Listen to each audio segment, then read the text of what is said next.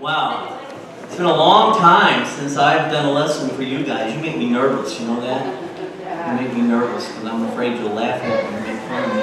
You wouldn't do that, would you? No, we respect you. You know, I was thinking, right, when I was back here, I was thinking, I'm not ashamed to say that I love Jesus. Amen? And you know what I think? I think Jesus is easy to love. And you know why I think that Jesus is easy to love? Because Jesus loves me. And Jesus loves you. And I got to thinking too about when I was a kid, which was just about 3 or 4 years ago. Alright? And I got to thinking, what was my favorite question? What's your favorite question? What's for dinner? How, when, where, what, or why? What's your favorite question? How many of you say your favorite, the thing you ask the most is when?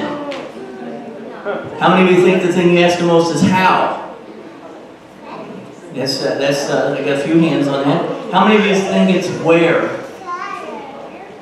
How many of you think it's why? Why is my favorite question. I like to know why. I don't want to just do things and not know why that I'm doing them. And I can remember when my mom would say things to me, she'd say, okay, Terry, you need to, and she'd tell me whatever it was, and my most favorite reply to her was, why? Now, a lot of times, her answer was, because I told you so. How many of you have ever had anybody tell you that? Because I told you so. And when we bring you to Super Sunday, I got to thinking that maybe you come to church on Sunday nights because somebody's telling you so. Like mom says, okay, it's Sunday evening, Super Sunday, you need to get ready, you're getting on the bus whether you want to get on the bus or not. Or you're going to church tonight whether you want to go or not. And you say to mom, why? And she says, because I told you so.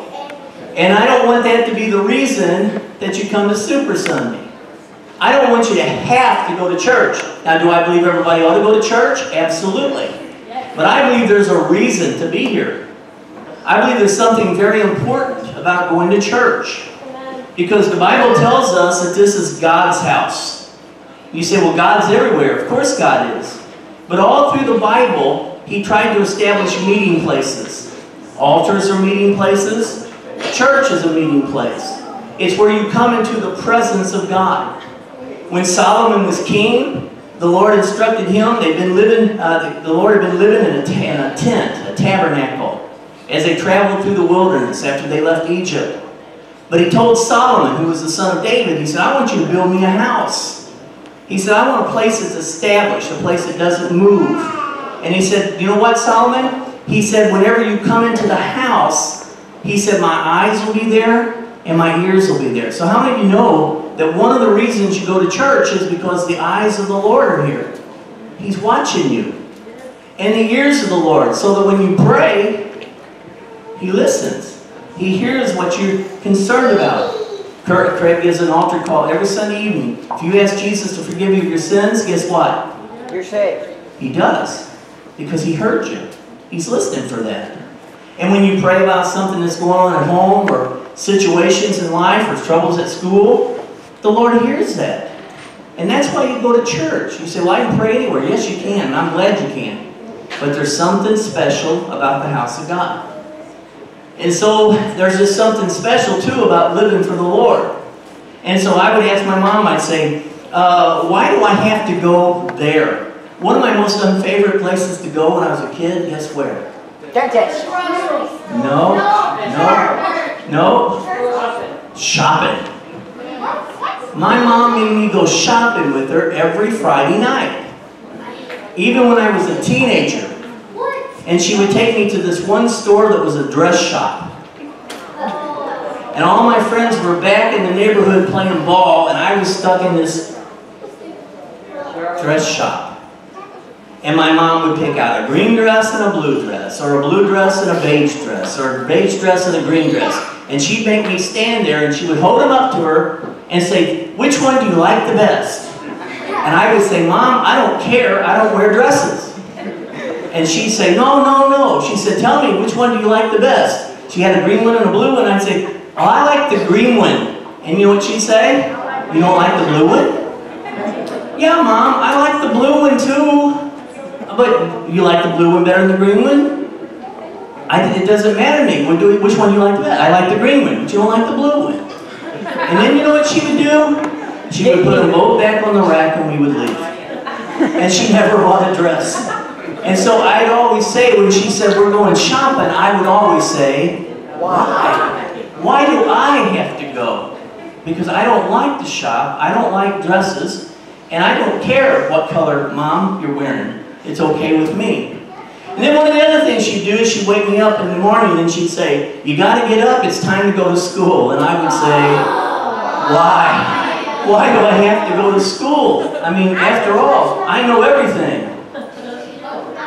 And she didn't think I did, all right? And she would say, well, you're going to school, and I went to school. But I always wanted to know why. And I think you guys ought to know why. Now, I brought out a flower here. What kind of flower do you think this is? A rose. And I bought this flower, when did I buy this flower? Thursday? I think it's Thursday. I bought 2 roses. And so this is one of the roses. And I wanted one that was kind of beginning to open up. And so it's opened up. And I put some little flower food in there that they give you. And some water, some nice cold water. And set it in the window. And it's been doing pretty good. And so this is a beautiful rose.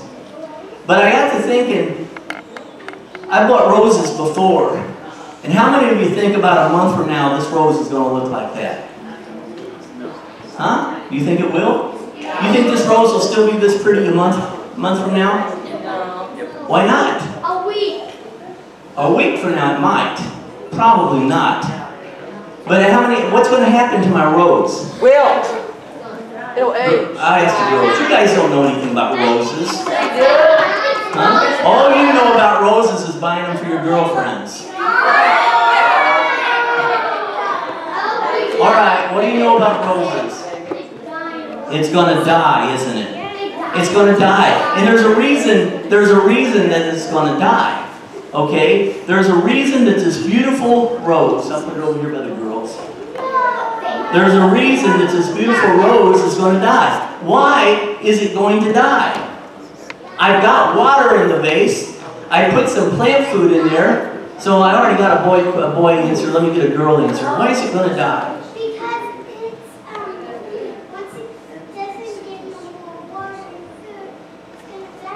But I could keep putting water in there, and don't we still have water in the house? If I turn the faucet on, will water come out? I can still put some more water in there. And I've got little packets. I've got packets from that rose food because there's other roses I forgot to feed. Alright? And so I've accumulated some packets. So what's going to happen to my rose? Why is it going to die? Because everything eventually dies in life. Okay, that's one reason. But this thing ain't going to... How old are you? How old are you? 9. You're not ready to die, are you?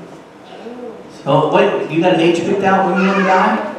Long time, right? Long time? I'm wanting to live to 100.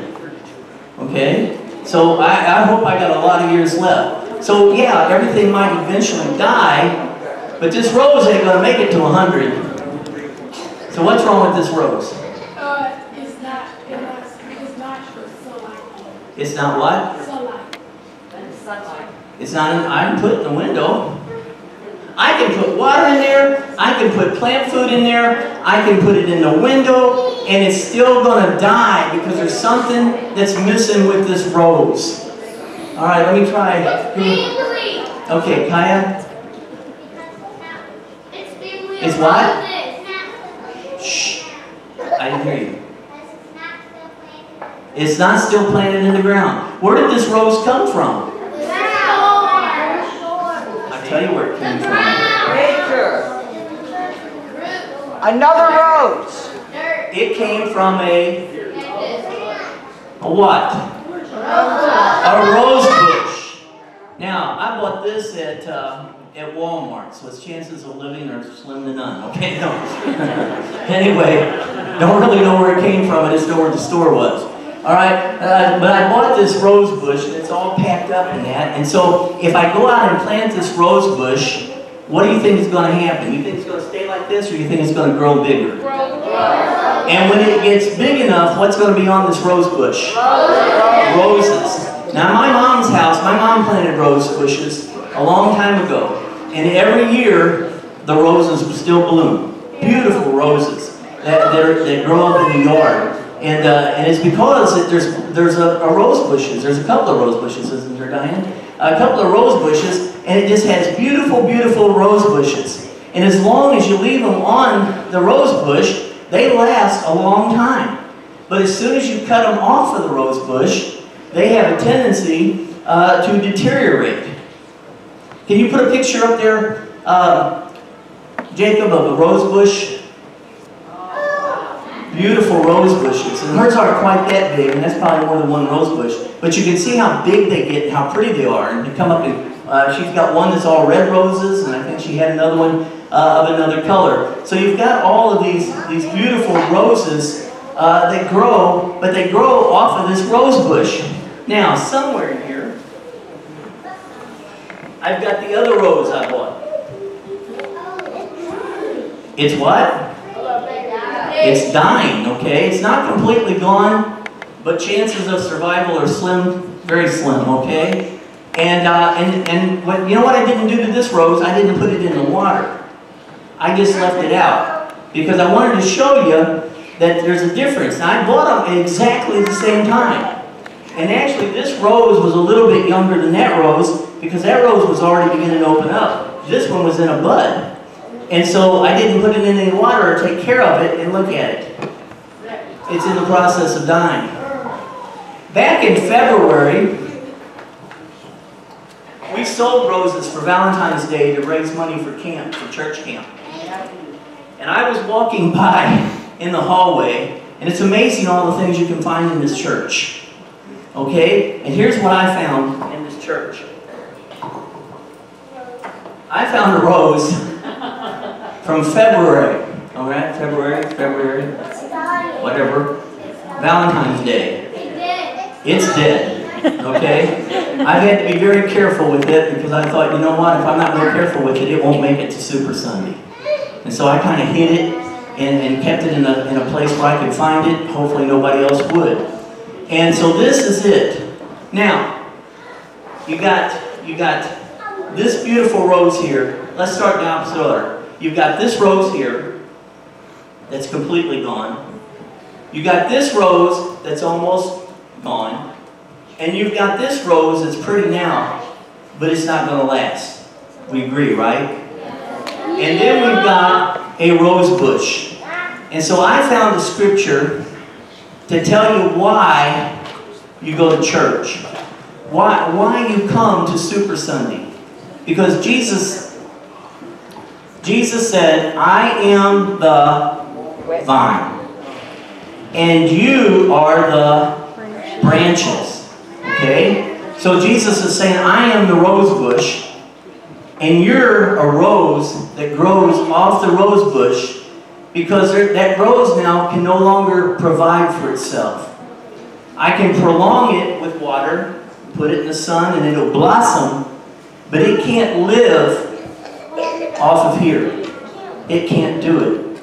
And so Jesus said, I am the vine, you are the branches, he that abideth in me, in other words, he that stays connected to me, and I stay connected to him, the same bringeth forth much fruit. Don't you want your life to matter? Don't you want to be happy? Don't you want good things to happen in your life? Well, Jesus, the Bible says that all good things come from heaven. Jesus is the one that brings the good things into our life. And he said, in order for that to happen, he said, you've got to stay connected to me. He said, I am the vine, or the rose bush. You are the roses. He that abideth in me, and I in him, the same bringeth forth much fruit. For without me, you can't do nothing. And so I come to Super Sunday. I come to Sunday morning service. I come to Wednesday service. I read my Bible. I pray because I don't want this to be my end. Amen? I want to stay connected to the vine. I want to be a part of what God's going to do. All the nourishment. You don't see it yet, but there's no telling how many roses are in this bush. Once it's planted, oh no, you don't know how many. You're guessing. Once you plant it, and it grows up to where it's supposed to be, the way God made it to be, there's going to be a whole bunch of roses. Dozens of roses are going to be on here. But each one of them, if it comes off the vine, will die. Guys, without Jesus, we can't do anything. That's why we go to church. That's why you're here. I realize we do funny stuff and fun stuff, but when the lesson comes, you got to get your ears open. And you got to get your eyes glued to what's going on up here, because Jesus is trying to keep you connected to Him. Because He wants to do big things in your life. And you know what? Some people think they don't need Jesus. Some people are like this. They got off the vine, they put themselves in a little cup of water or whatever, and they say, I'm okay. I'm all right. I don't need the vine. But they don't realize pretty soon they're going to look like this, and eventually they're going to look like this. And if you guys don't grow up and serve the Lord, the same stuff happens to our life. But if we stay connected to the vine, we can look like this a long time, because our nourishment comes from Jesus. He gives us instruction. He teaches us how to live. He teaches us how to act. He teaches us what to do and what not to do. And so when you're coming to Super Sunday, that's why you're here.